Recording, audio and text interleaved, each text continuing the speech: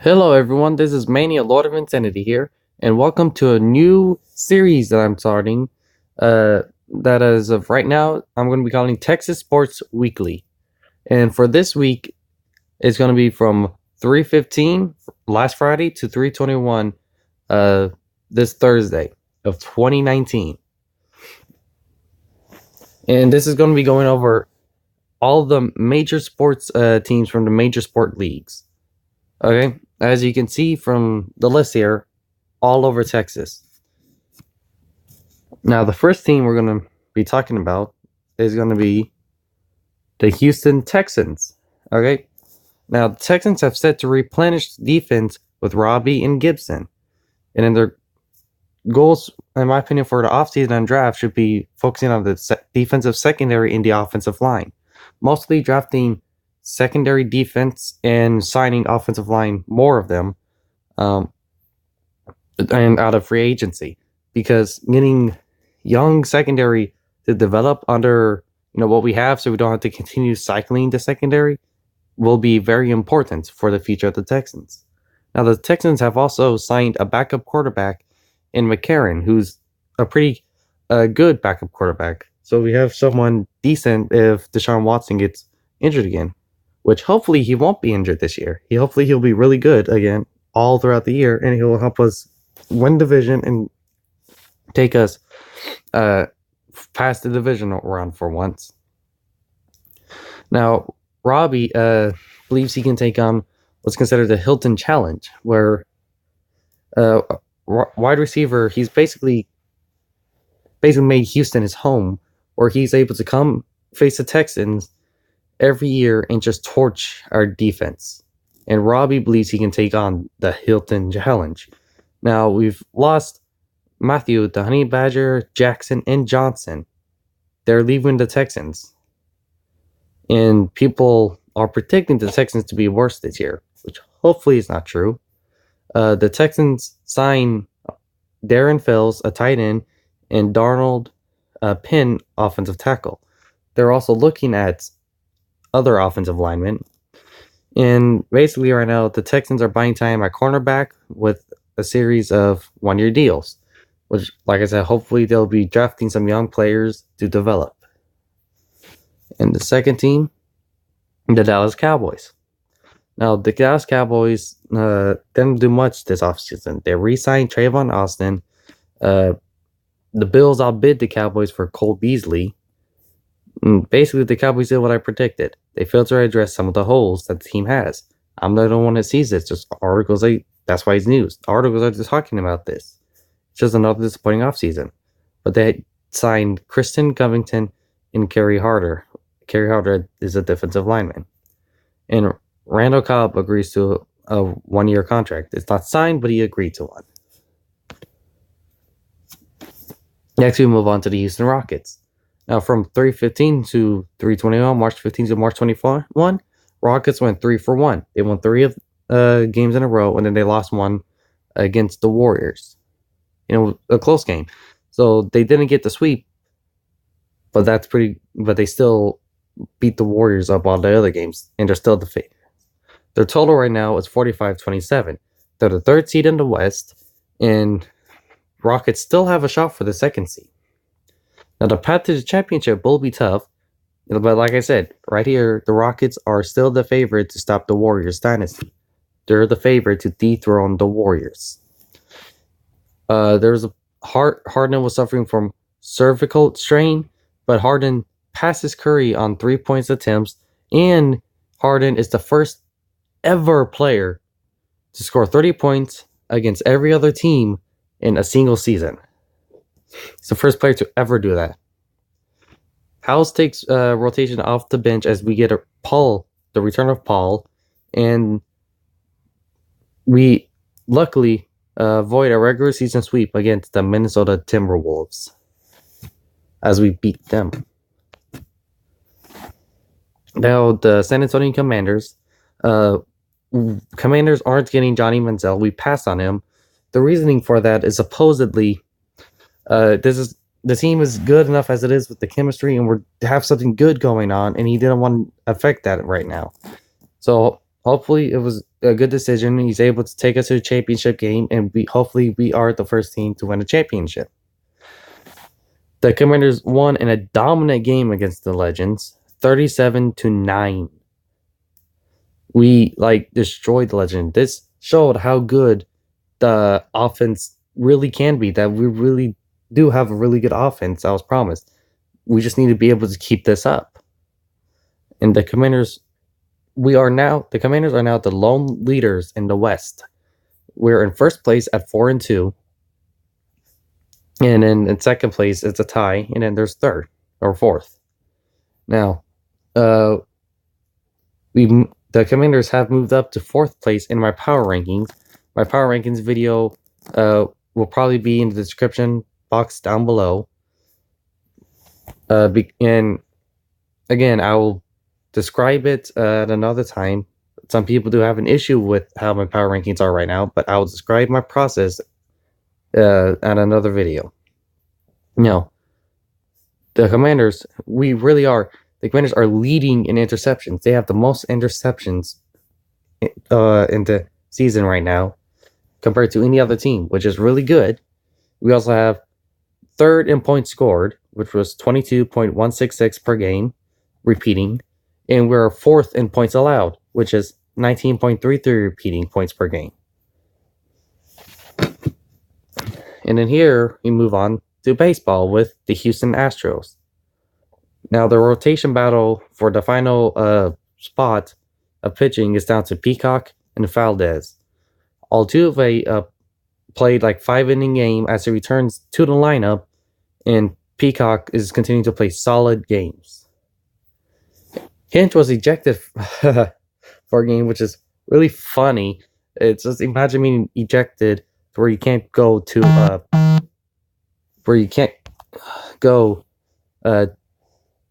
to a spring training game. Just imagine that for a second. Just how silly that is. Okay. Now, Josh Reddick is also is being potentially moved to first base. And they're trying to see if he will do good there. And Josh James makes his Grapefruit League debut. So the Astros' final bullpen spot is also down to two people. It's not just the starting pitcher. The roster is basically almost complete. And Bregman and Presley both agreed to an extension, and I'm pretty sure Bregman has already signed it. And then here we talk about the XFL Houston, or Houston XFL. Now, the name and logo are still pending, and there's not a lot of news for Houston, the XFL right now. But these are the top 10 names. There was a vote from the XFL board, and these were the top 10 from the results. First place, obviously makes complete sense, was the Oilers. Now, I've heard people saying that that's unlikely because the NFL won't give up the name, but I still kind of have hope. And you know what? There's an Oiler team already, and it's not football. I'm pretty sure we can find a way to use the name Oilers. But then there's Roughnecks, which was second, and that's not good. The Outlaws, I kind of like it. It sounds pretty good. The Gamblers, decent. The Hustlers, no. The Outlaws and Gamblers were pretty good names. I wouldn't mind having those. It kind of makes sense for the XFL as well. Hustlers and Wranglers. I guess Wranglers, maybe. Hustlers don't sound very good. Comets is a definite no. Stampede, I don't know. Drillers. Drillers, if we can't get Oilers, that might be a good substitution. It would still be oil theme. It would make sense. And then obviously this is Space City, not just Sports City, it's also Space City. So there's a space theme one. Other than the comments, it's also Moonlanders. And that one is just the dumbest. How did that make the top 10? There's also XFL Dallas, or the Dallas XFL. Their name and logo is still pending, but they have at least they have the head coach. Bob Stoops is the head coach of Dallas now. And he, like I said, not a lot of news from the XFL right now, but the XFL board, Dallas voting results for the top 10, the Outlaws, sounds good. Desperados sounds good. Gunslingers sounds a bit stupid, but I guess I can understand it. Wranglers is another, sounds pretty stupid. I know Marshals, that's like a Madden team name. I wouldn't be totally against it. It's but it's just it's a Madden, you know. Vipers, I guess. Longhorns, I'm sorry, no. Yes, I know it's a state animal. The large animal, the small animals, the armadillo. But if we're gonna do something with the state animal like that, it needs to be a team in Austin. Dallas, so Dallas can have that. Defenders, dinosaurs, and dragons. I'm sorry, that's just completely stupid. The last three are just stupid. Okay, I guess it would make sense with the XFL, and I guess it's not the dumbest. I can get used to them, okay, but they're stupid names. Defenders, dinosaurs, and dragons. Really? I guess they have D for Dallas, but really? No, that's stupid. All right. Next up is the Dallas Stars, the only Texas team in the NHL. The only sports league with only one Texas team. It's a little, well, other than the AAF, but it's a little funny. Now, from March 15th to March, that's supposed to say 21st, the Stars they got 1 win, 2 losses, and 1 overtime loss. Okay? And the total record is 38-36. 38 wins, 30 losses, and 6 overtime losses, with the total points being 82. Now, in hockey, it's not like the other sports. In hockey, its ranking is based on points.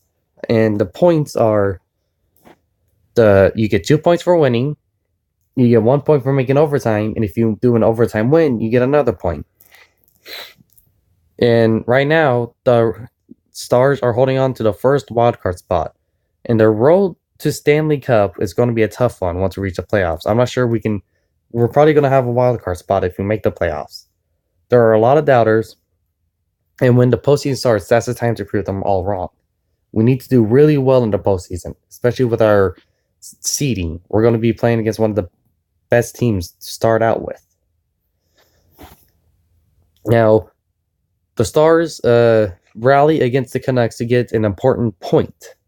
They lost a game, but they were trying to hold on to a playoff spot. So they rally, they come up, they tie it for overtime, but then they lost. So they get an important point to hold their spot. And then we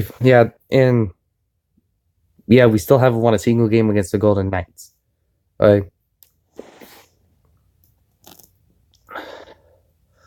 Now, we lost 2 in a row, and with Ben Bishop returns, and him showing success with helping the Stars with the divisional dash, the Stars end up getting a win against the Panthers after losing back-to-back. This was a very important and needed win that gave them 2 points.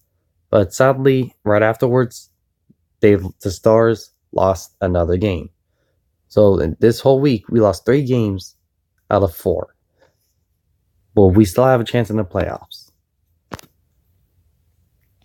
The Dallas Mavericks. Oh boy, poor Dallas.